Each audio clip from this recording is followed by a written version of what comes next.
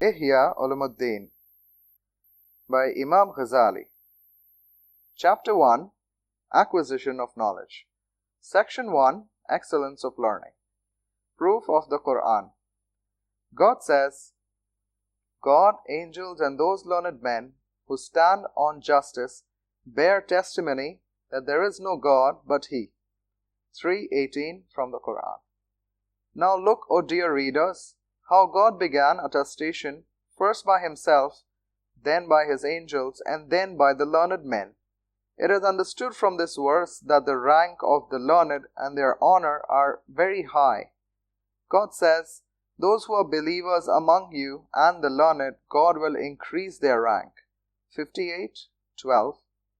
Hazrat Ibn Abbas said about them, quote, the rank of the learned is 700 times more than that of the believers, and the difference between two ranks is the difference of 500 years. God says, quote, are those who are learned equal to the illiterate?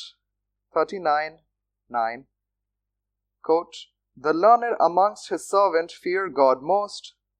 35:28. God says, say God is sufficient as a witness between me and you and those who have got knowledge of the Quran. 13:43. God says, but those who had been granted knowledge said, alas for you, the reward of God is the best for those who believe and do good.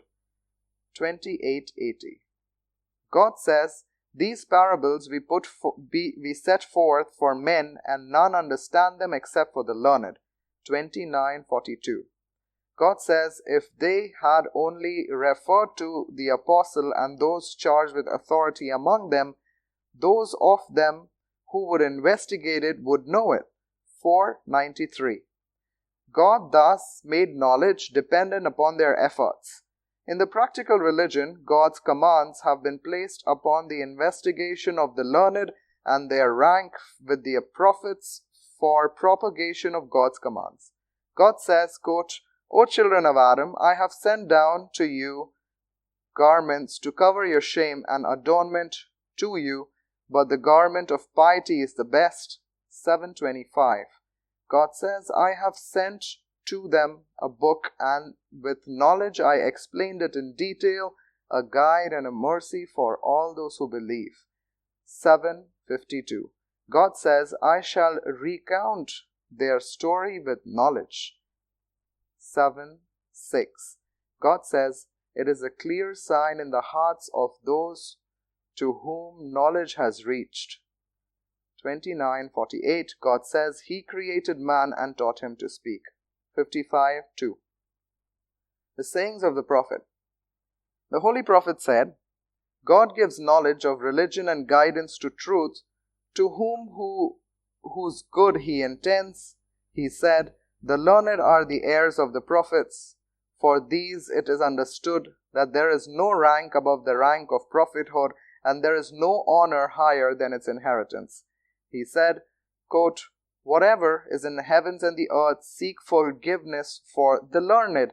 So the angels of the heavens and the earth remain busy in seeking forgiveness for the learned, and they remain busy with themselves. What can be a greater rank than this? The Prophet said, quote, wisdom increases the honor of the noble and exalts a servant as high as to raise him to the level of kings.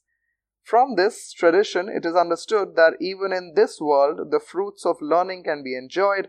It is also true that the hereafter is better and more lasting than this world.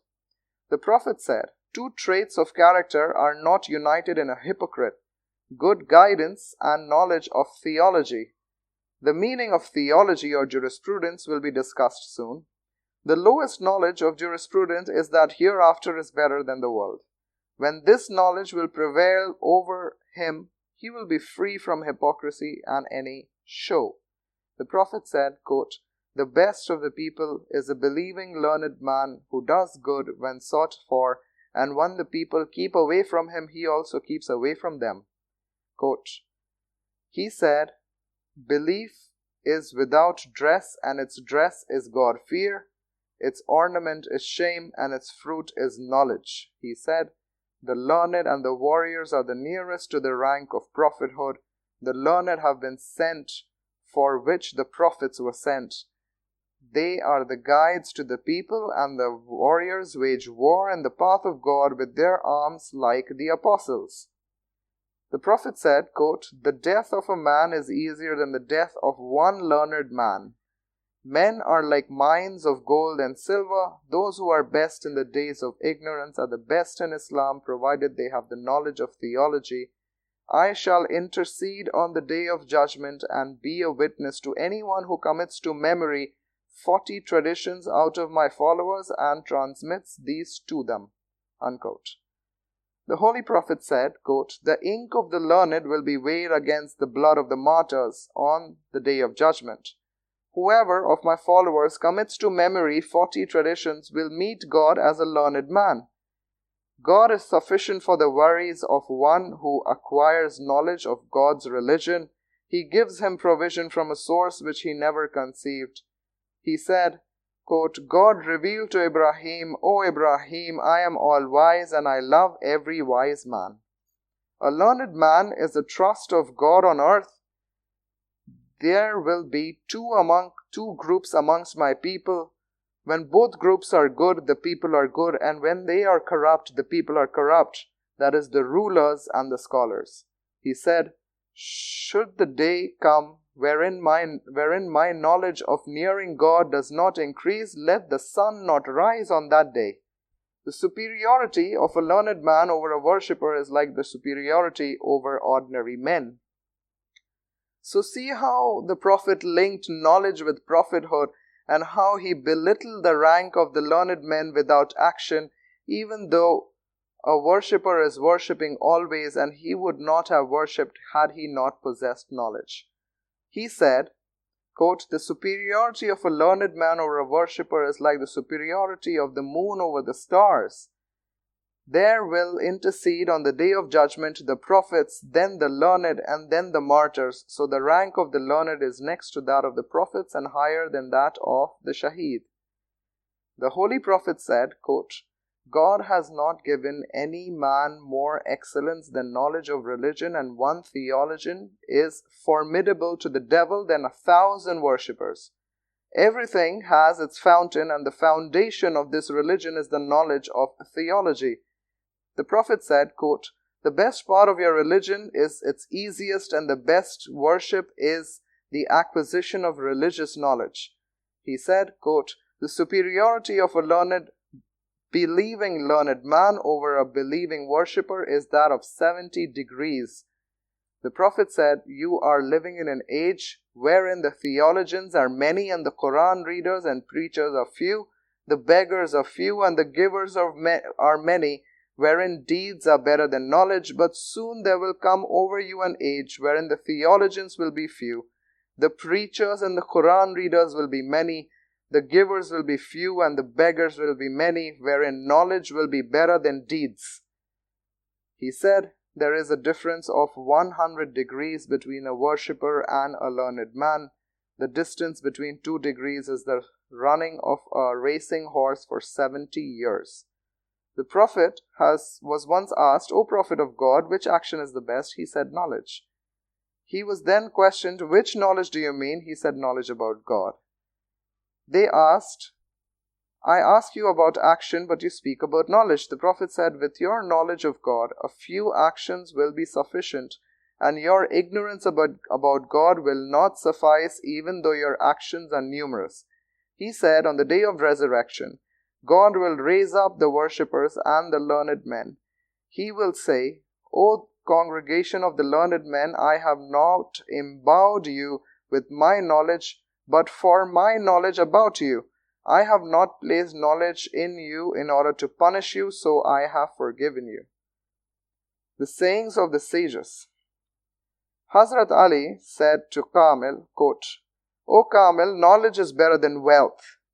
Knowledge guards you, but you have to guard wealth. Knowledge dispenses justice, while wealth seeks justice. Wealth decreases with expense, while knowledge increases with expense. A learned man is better than one who prays and fights in the way of God. When a learned man dies, such a calamity befalls on Islam which cannot be removed except by his successor. Hazrat Ali said in poems, quote, "Glory is due to none other than the learned. Guided are they, and the proofs to the seekers of guidance. Everybody is honored proportionate to his knowledge, but the illiterate are disgraced as enemies of the learned. Acquire knowledge, you will be immortal. All men are dead, only the learned are alive." Unquote. Sage Ibn Aswad said, quote, "Nothing is more honorable than knowledge. While the kings rule over the people, the learned rule over the kings." Hazrat Ibn Mubarak was asked, "Who are men?" He replied, "The learned." He was again asked, "Who are the kings?" He replied, "The ascetics." He was again asked, "Who are the meanest?" He said, "Those who exchanged religion for this world." He did not consider anybody as a man except for the learned. Knowledge distinguishes men from animals, and it is only for knowledge that men are honored. This honor is not due to man for his physical strength, because a camel is physically stronger than a man.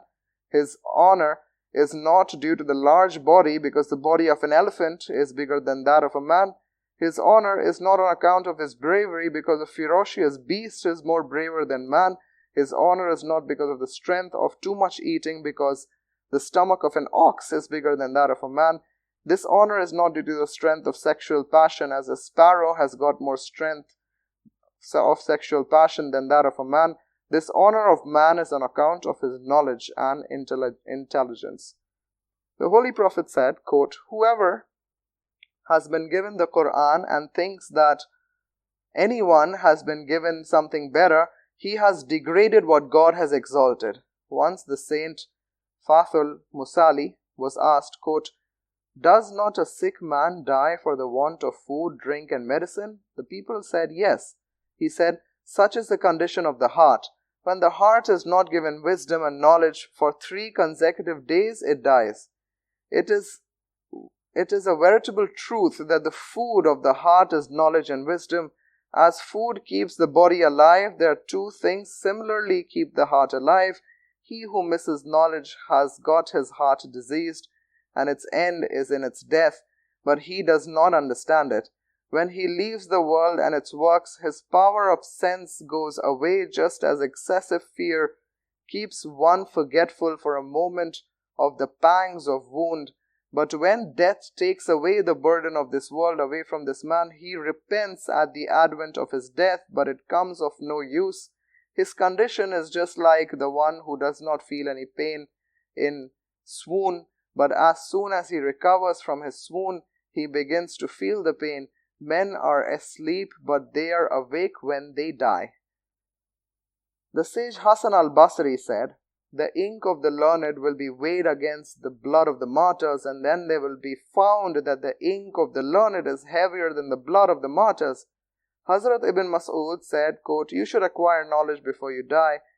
By one in whose hand there is my life, those who are killed in the way of God would wish every time that God should resurrect them as learned men, as they will find the honors meted out to the learned men in paradise. Nobody is born learned, learning is to be acquired." Hazrat Ibn Abbas said, quote, "To discuss about learning in a portion of the night is dearer to me than to wake up throughout the night in prayer." Hazrat Abu Huraira and Imam Ahmad also held this view. God advised us to pray thus, quote, "O God, give us good in this world and the good in the hereafter." Quran 2:297. In explaining good in this world, Hazrat Hasan al-Basri said it means knowledge so far as this world is concerned, and paradise so far as the hereafter is concerned. A certain wise man was also asked, "Which thing is to be hoarded?"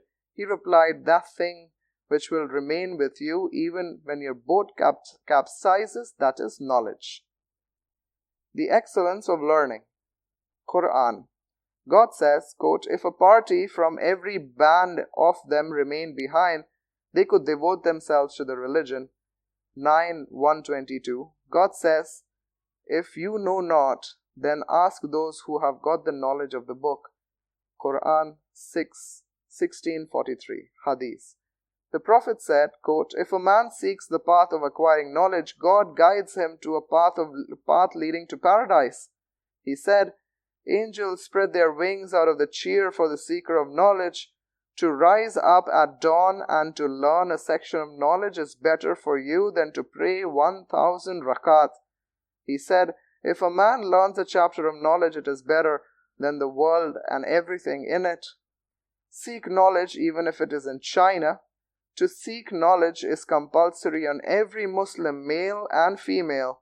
Knowledge is a treasure house and its key is inquiry. So inquire, and there are rewards therefore for four people: the person who asks, the learned, the audience, and the lover. He said, "The ignorant should not remain silent over their ignorance, nor the learned over their knowledge." He said, "To be present in an assembly of learned men is better than praying 1,000 rakat, visiting 1,000 sick people, and attending 1,000 funerals." The Prophet was asked, "O Messenger of God, is it better than reading Quran?" He said, "What benefit can Quran do except through knowledge?"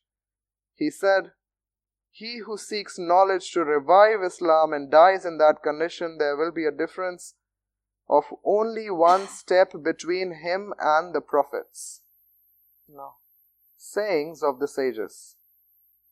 Hazrat Ibn Abbas said, "When I sought knowledge, I became degraded, but when I was sought for knowledge, I became exalted."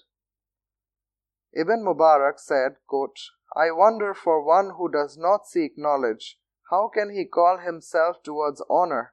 A certain wise man said, "I do not feel sympathy for anybody more than two people.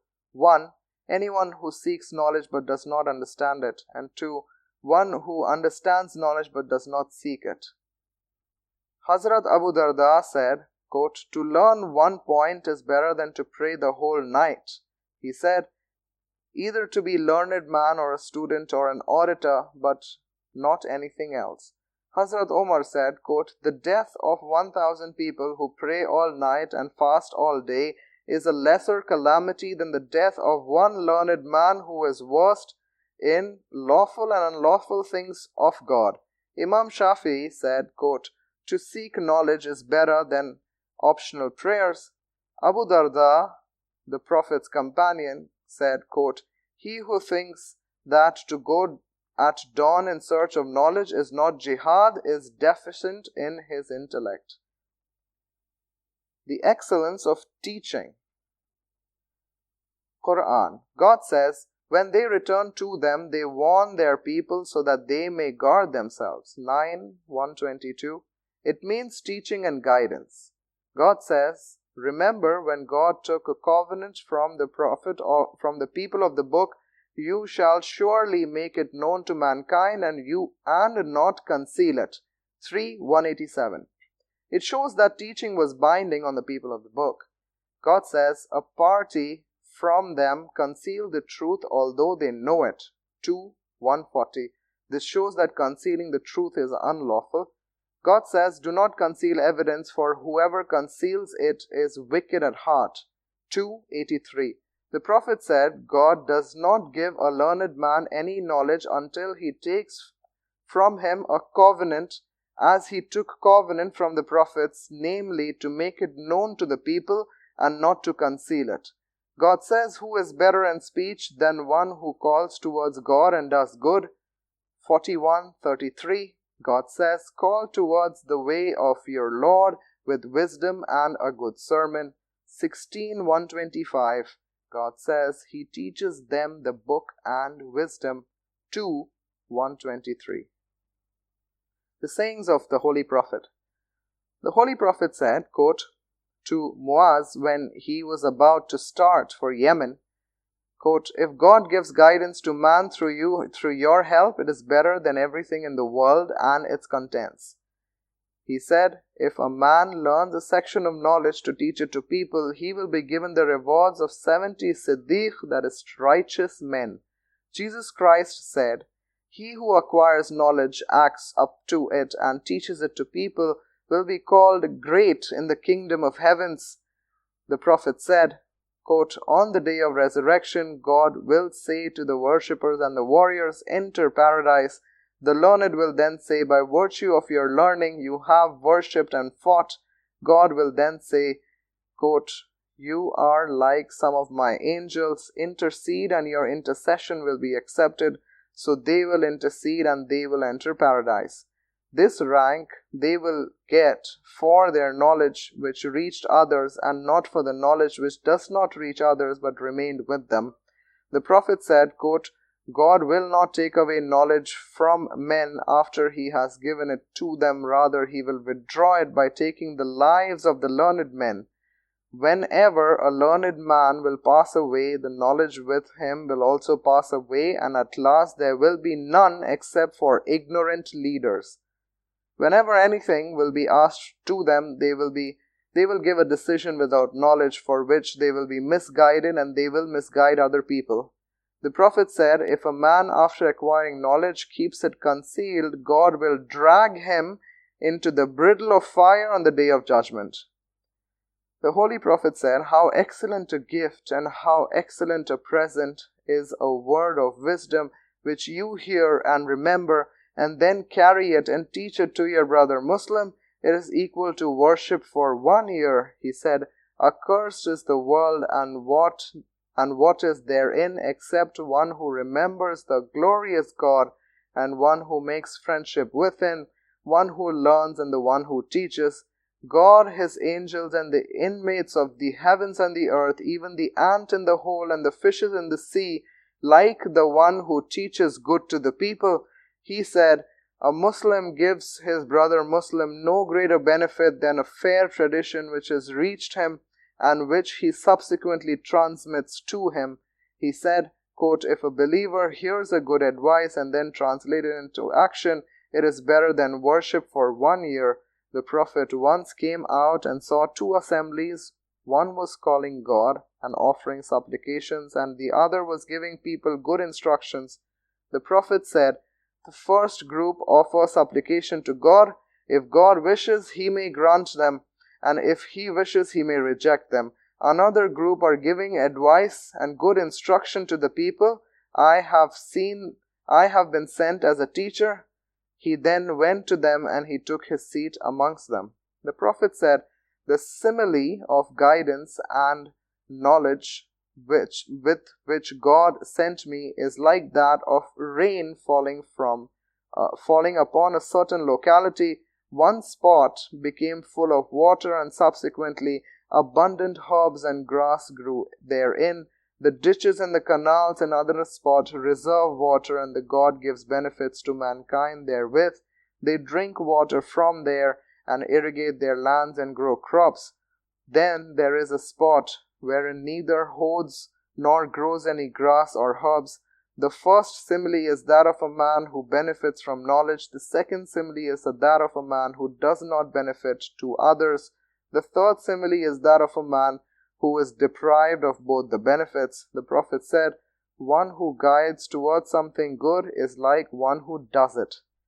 The Holy Prophet said, when a man dies, all of his actions stop except 3 things: a permanent endowment for charity, useful knowledge, and the righteous successors.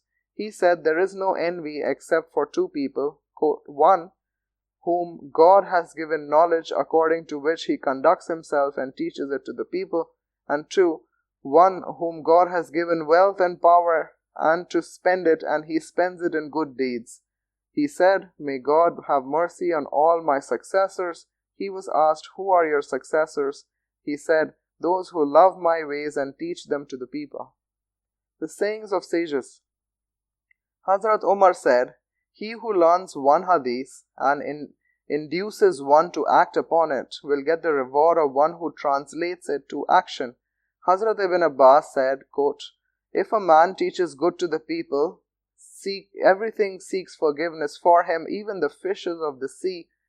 A certain wise man said, quote, a learned man is an intermediary between God and men, so see how he acts as an intermediary.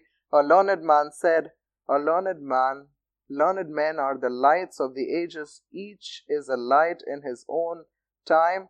giving light to the people of his time. Hazrat Hasan al-Basri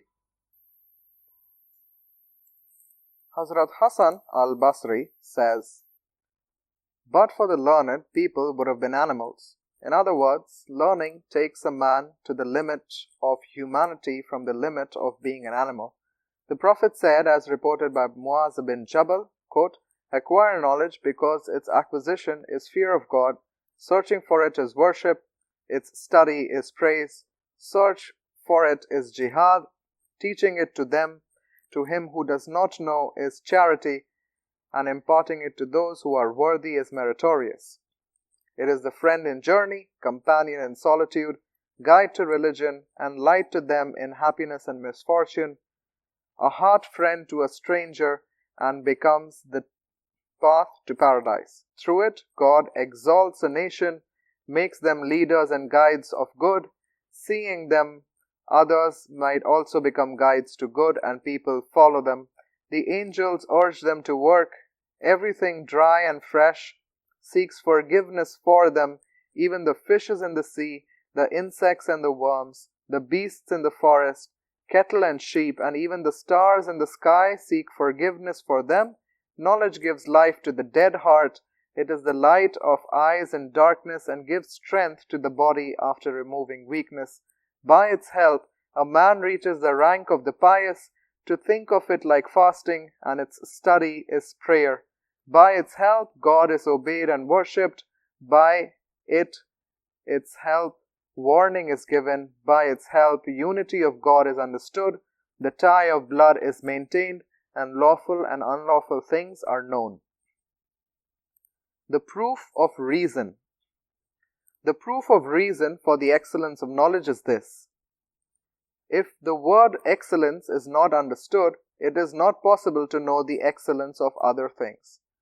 For instance, if one desires to know whether Zayd is a wise man, he should first know the meaning of the word wise, and then Zayd, or else he will go astray. Excellence is the additional quality of a thing which has got no defect. It is said that a horse is better than a donkey. If the quality of carrying loads is taken, both of them are same, but a horse has got some additional qualities which is not found in a donkey. The quality of running fast and physical beauty. An animal is sought for its quality and not for its body. Now understand why knowledge is better. As a horse is called better than a donkey for its quality of running fast, you will call knowledge better if it is compared with other qualities. Knowledge is good for its own sake and not for its connection to other qualities. All precious things in the world fall into three groups. 1. What is sought for its own intrinsic value. 2. What is sought as a means to an end. And 3. What is sought for both. What is sought for its own intrinsic value, for instance knowledge, is noble. What is sought as means to an end is gold and silver, which are mere pieces of stone having no value of its own. If God had not made them instruments of purchasing things, their value would have been equal to other stones. Knowledge is precious for its own sake, because with its help the happiness of the next world and divine vision can be gained. It is not the case with gold and silver. What is sought for both, for its own sake and a means to an end, is physical health. If a body is healthy, all things can be easily done, such as eating, drinking, and other works. But the object of these things is to gain happiness in the hereafter and nearness to God. If this object is kept in view, you will get pleasure in the acquisition of knowledge. The highest rank of men is the attainment of happiness in the next world, and the most excellent thing are the ways that lead him to it. So knowledge is the root of good fortune in this world and in the next. The result of knowledge is to enjoy nearness to God, to keep company with the angels and the pious divines, which are objects of the next world, and it is the result of this world is honor, influence over the rulers and the people. So acquisition of knowledge and its teachings are excellent actions in order to keep and seek good in this world and good in the next, and is the most laudable with the above objectives. The affairs of this world do not become orderly except through activities, but the human activities are divided into three categories. 1.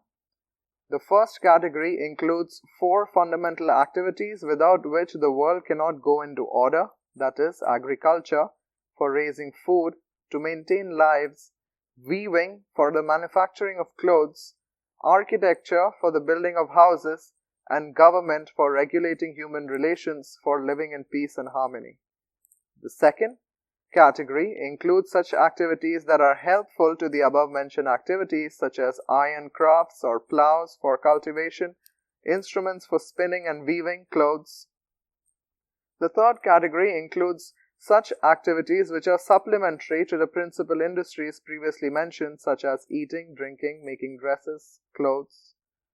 These activities are necessary for human habitation, just as the various organs of the body are necessary for the upkeep of the human body.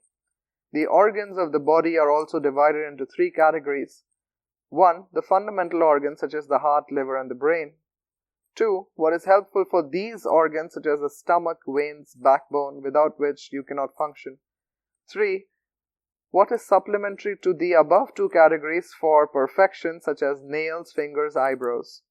Out of these 3 categories, the most noble are the fundamental things, out of which the most noble is government, on account of which peaceful habitation becomes possible. For this reason, experienced and expert men are necessary to run the government. Administration is divided into 4 classes. 1. The first class is the highest, as it is the government of the prophets and their jurisdiction spread over the people and private matters of the people. 2. Next is the administration of temporal rulers over the public matters of the people and not their private matters. 3. Next is the administration of the learned and the wise over the people in the matters of religion of God, as they are the heirs of the prophet. It involves thoughts of the privileged few. 4. Next is the administration of the preachers, which involves the thoughts of the common men. After the administration of the prophets, the most noble is the diffusion of knowledge, whereby the people are saved from evil and destructive habits and are led towards fortune and constructive virtues. This is the goal of knowledge and education. Intellectual activities are more excellent than any other activities because the excellence of any activity is known by 3 things. Number 1, by examining the natural qualities of a man, by the help of which an activity is recognized. For example, acquisition of knowledge is better than learning a language, as knowledge can be acquired by intellect while language can be learned through hearing. As intellect is better than the sense of hearing, knowledge is better than language. 2. By examining the extent of human usefulness. For example, agriculture is superior to the craft of goldsmith. 3. By observing the excellence of a business. For example, a business of a goldsmith is better than that of tanning hides. Knowledge has also got the above 3 qualities. Number 1, it is widely known that science of religion is the path of the hereafter. Perfect knowledge and bright intellect can acquire this. This is the most noble attribute for a man, because owing to this attribute, trust of God has been accepted by him, and through it he can enjoy the neighborhood of God. 2. Secondly, there is no doubt that the people in general get benefit of knowledge, as its extent of usefulness is very wide and it contributes to the happiness of this world and the hereafter. Thirdly, knowledge is a thing which heals and governs the heart and soul of men. Man is the Lord of creation and the Lord of human organs in his heart. A spiritual teacher purifies the heart and guides it towards God. So teaching is the finest mode of worship. The heart of a learned man is one of the good stewards of God. What rank is thereafter higher than that in which man is an intermediary between his Lord and fellow men to draw him closer to God and to paradise? Section 2. Praiseworthy and blameworthy branches of knowledge. Compulsory learning. Farz-e-Ain.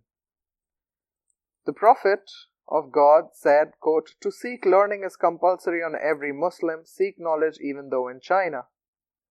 There is a difference of opinion amongst learned as to which branch of knowledge is obligatory on an individual.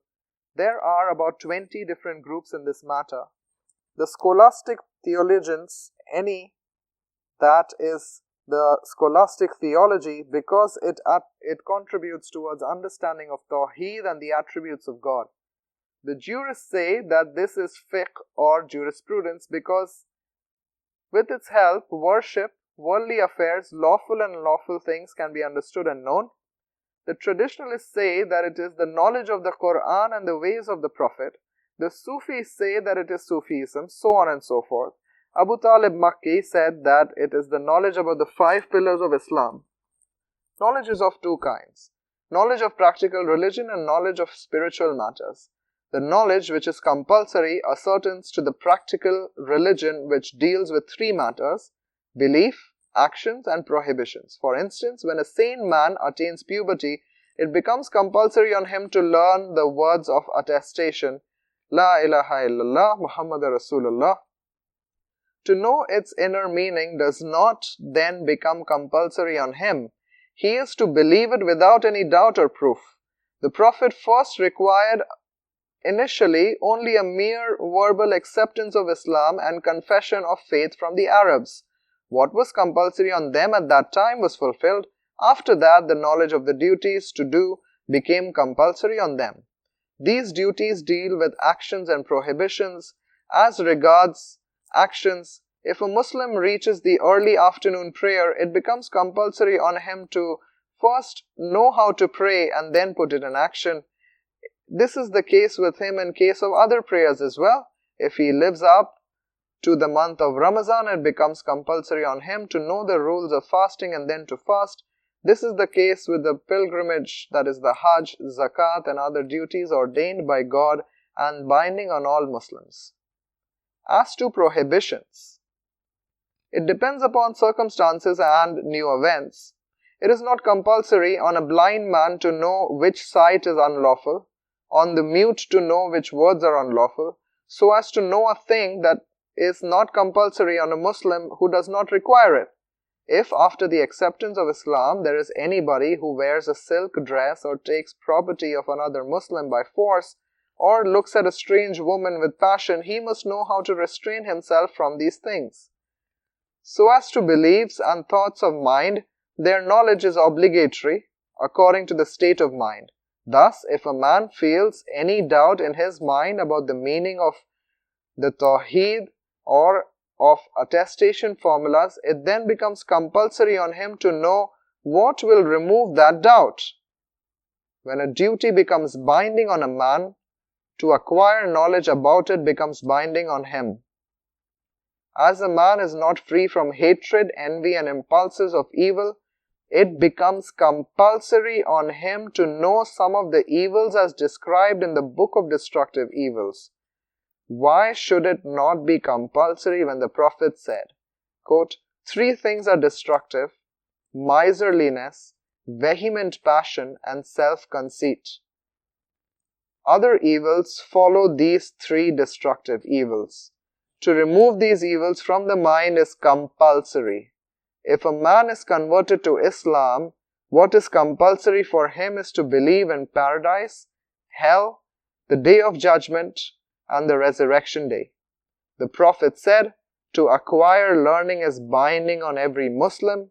He did not say to learn Alif, Lam or Mim, but he said to learn the science of actions. As actions become gradually compulsory on him, to acquire knowledge about these duties becomes compulsory on him. Farz-e-Kifaya, compulsory duty on community. Know, O dear readers, that learning about the duties are divided into 2 categories. Those which are connected with religion and those which are not so connected. The religion learning are those which come from the holy prophets and which there is no question of intellect, and the learnings that are not connected with religion are mathematics, medicine, etc. There are 3 kinds: praiseworthy, blameworthy and permissible. The sciences which are necessary for progress in the world are praiseworthy, such as medicine, mathematics, etc. These are farz-e-kifaya, or binding on a community as a whole. Farz-e-kifaya is such a compulsory duty without which no nation can go on in this world. If a man at least acquires such learning or science in a town or locality, all other people in the town get absolved from this sin. If, however, nobody learns it, all will be transgressors. The science which should be learned for agriculture, administration, industry, weaving, etc. are farz-e-kifaya. To be expert in such learnings is not farz-e-kifaya. The learnings which are blameworthy are sorcery, juggling, gambling, and likes. The learnings which are permissible are poetry, history, geography, biology, etc. All learnings connected with religion are praiseworthy, but when other learning is mixed with them, it becomes sometimes blameworthy. The praiseworthy learnings comprise branches which are helpful and supplementary learning. These are of four kinds. 1. Sources of religious learnings are four in number. Number A, the Book of God, the Sunnah, and the usages of the Holy Prophet, the unanimous opinions of the Muslim jurists, which is IJMA, and the sayings of the companions. IJMA is the third source of Islam as it shows the path towards the usages of the Prophet. The first source is the Quran and the second is Sunnah. The fourth source is the sayings of the companions because they saw the Prophet and witnessed the coming down of revelation, and they saw what others did not see through their association to the Prophet. Number 2. Branches of learning of religion are drawn from sources not according to the literal meaning but according to the meanings adduced by the mind, thereby writing the understanding as indicated by the following hadith, quote, "A judge shall not sit in judgment when angry. This means that he should not pass a judgment when he is pressed by calls of nature, hunger, or disease." The last thing is of two kinds. One kind relates to the activities of this world, such as the books of law, and is entrusted to the lawyers, and the other kind relates to the activities of the hereafter. The latter is the science of the conditions of the heart and its praiseworthy virtues and blameworthy evils. Number 3. The third is the science helpful for praiseworthy science, such as the science of language, grammar, which are necessary to know the Quran and the Sunnah. They are not themselves religious education. They were not necessary for the Holy Prophet as he was illiterate. Number 4. The fourth kind is the supplementary sciences and is connected with pronunciation of the words and different readings and meanings such as tafsir, knowledge of the revocation of the verses, books on transformation and transmission, biographies of illustrious companions and narrators of traditions. These are religious learnings and are praiseworthy, and such farz-e-kifaya or binding on the community as a whole. If you question, why have you included fiqh or jurisprudence within worldly sciences and faqih or jurisprudent as worldly scholars, the reply is this. Fiqh contains the laws of administration of the world, and faqihs are such lawyers. There is, of course, no doubt that a faqih also deals with religion, but that is done through intermediary of this world, as a world is the seed ground for the hereafter. The religion does not become perfect without the world. If you leave the religion with the rulers, you will find that the religion is the foundation and the ruler is its god. That which has got no foundation is destroyed, and that which has no god is also destroyed. Rule cannot go without a ruler, and the instrument of rule is fiqh or administrative laws. The government does not belong primarily to religious sciences. It is well known that the pilgrimage does not become perfect unless a companion is taken for protection from the robbers in the journey. But Hajj or pilgrimage is one thing, and rules for pilgrimage is another thing. A guard is a third thing, and the law is the fourth thing. The object of fiqh is to give knowledge of administration. This is supported by the following hadith, quote, Nobody can give legal decision except for 3 ruler, authorized agent, and 1 that is not so authorized and who will give a decision out of his own accord. A ruler or a leader is qualified to give legal decisions. One who is authorized by him is his deputy. Except these 2, the third person is called an intruder, which undertakes the responsibility himself. The companions in general refrained from giving any legal decision, but when they were asked about the Quran and the learnings of the hereafter, they did not remain silent. It may be said that the argument does not apply to various acts of worship about which fiqh gives a decision. In reply, it is said that fiqh gives decisions about the following matters of religion: Islam, prayer, zakat, halal and haram. About Islam, a faqih pays attention only to outward confessions of the kalima of tawheed, but the heart and the mind is outside his domain. The Prophet kept the rulers and the warriors outside of it. He questioned a man who praised another man as a martyr. Have you examined the heart of the one who was killed? He uttered kalima tawheed out of fear of being killed, and then he was killed. The jurisprudent will give decision that his Islam was good, even though he uttered it under the shadow of the sword. It is therefore a matter of this world. For this reason the Holy Prophet said, quote, I have been ordered to fight the people until their lives and properties are safe in my hand, but it will come to no help in the hereafter. What will help him there is the light of his heart, its secret thoughts and its sincerity, which is outside the domain of fiqh. About prayer, a faqih will give decision of correctness of the prayer if outside formalities are observed, even though one's mind is absent in the prayer from the first to the last. This kind of a prayer will be of no use to him in the hereafter. A verbal expression of the kalima shahadat will be of no use in the hereafter. Also, the outward formalities of prayer will become of no use in the hereafter. The action of the mind and God-fear will appertain to the actions in the hereafter, and which will help outward actions are outside the domain of the faqih. About zakat. A faqih will see whether zakat has been realized according to the prescribed rules. It is related that Judge Abu Yusuf gave decision that if a man makes gift of his wealth to his wife at the end of the year and takes back that wealth to him by gift, it is all right, although it is done to avoid the payment of zakat. On this point, Imam Abu Hanifa declared that if the result of his knowledge of fiqh, and it is correct, and the result of worldly wisdom, but it will give no use in the hereafter, and its harms in the hereafter will be more than the benefits. About halal and haram.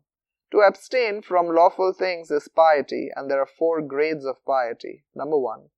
Piety which is required for the attestation of truth. If a man gives it up, he is not qualified to act as a judge, or an administrator, or witness. This kind of God-fear is only to save oneself from unlawful things. 2. The second grade of piety is that of a pious man.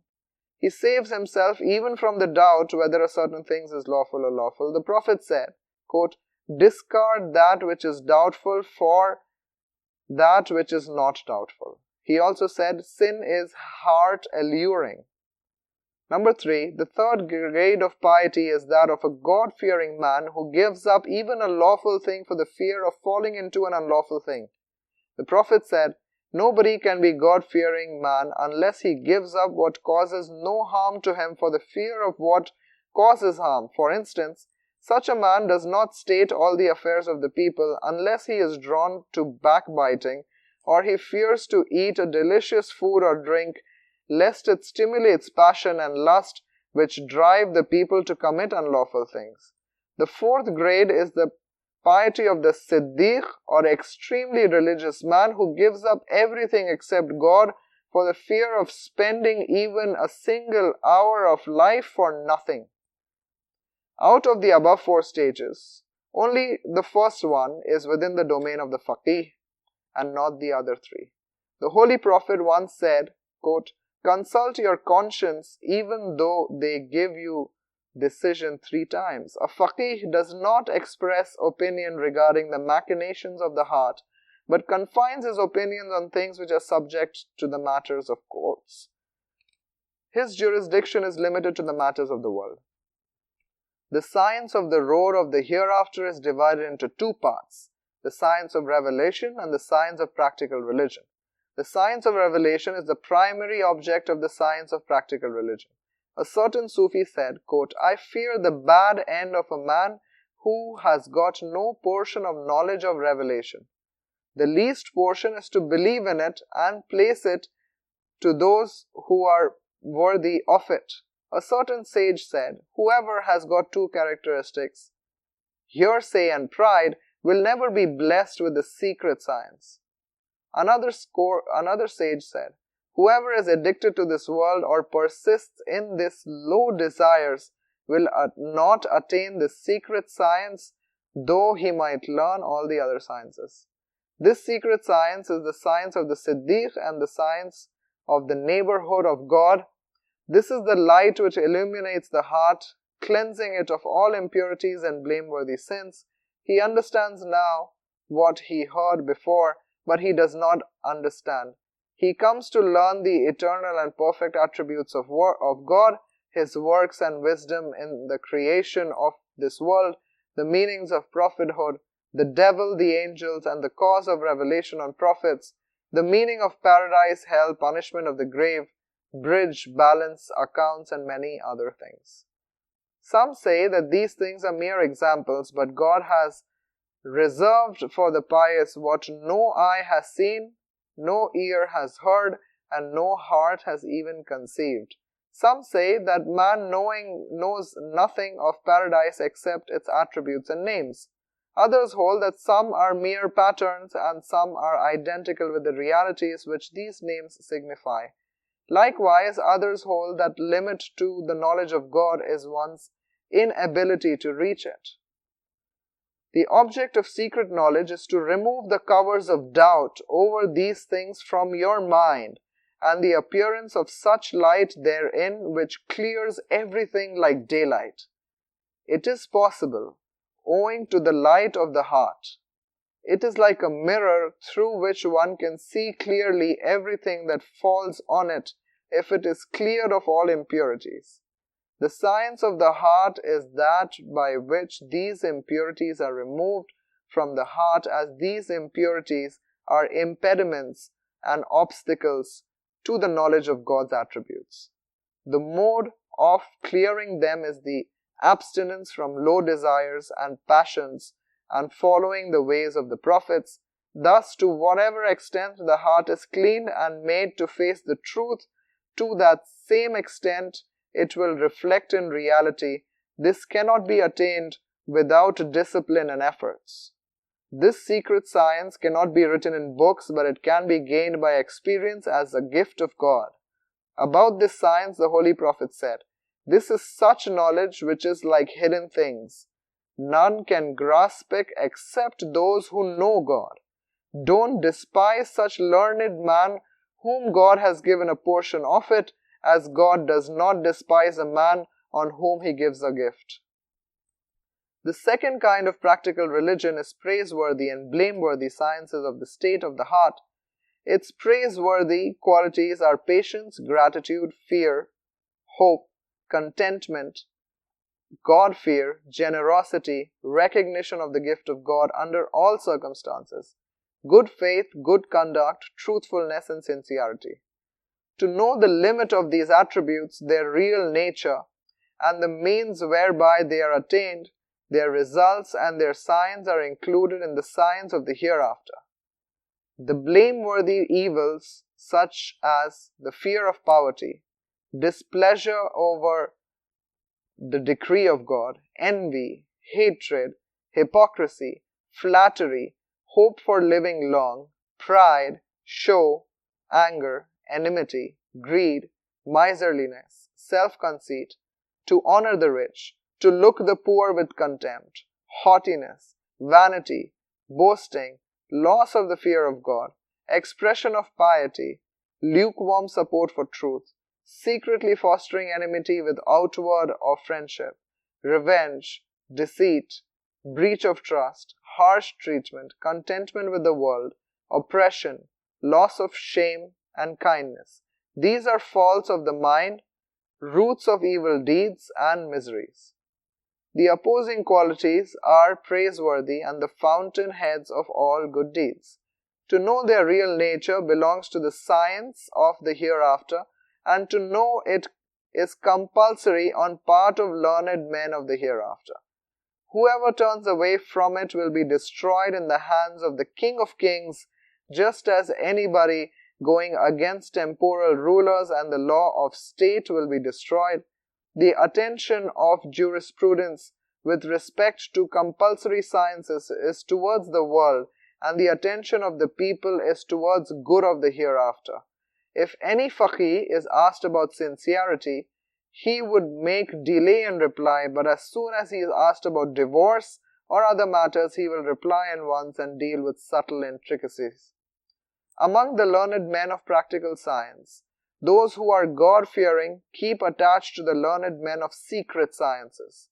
As a student sits in a school, so Imam Shafi used to sit near Shayban Ray and ask him, quote, "How shall I do this work?" The people asked Imam Shafi, "Are you asking questions to a Bedouin?" He said, "This man has learnt what we have not learnt." Imam Ahmad bin Hanbal and IHYA bin Ma'in could not agree on a certain matter, and they therefore went to Maruf Kharki, who was not equal to them in the science of practical religion.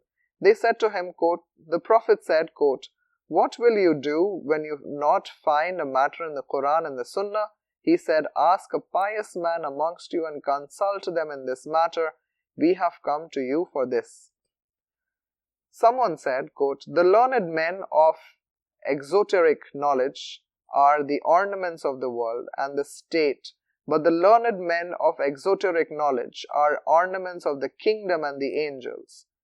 Hazrat Junaid said, quote, "My spiritual guide said to me once, 'With whom do you keep company when you leave my house?' I said, 'I keep company with Mohbasi.' He said, 'Yes, follow his knowledge and manners, but avoid the subtleties of his scholastic theology and return it to him.'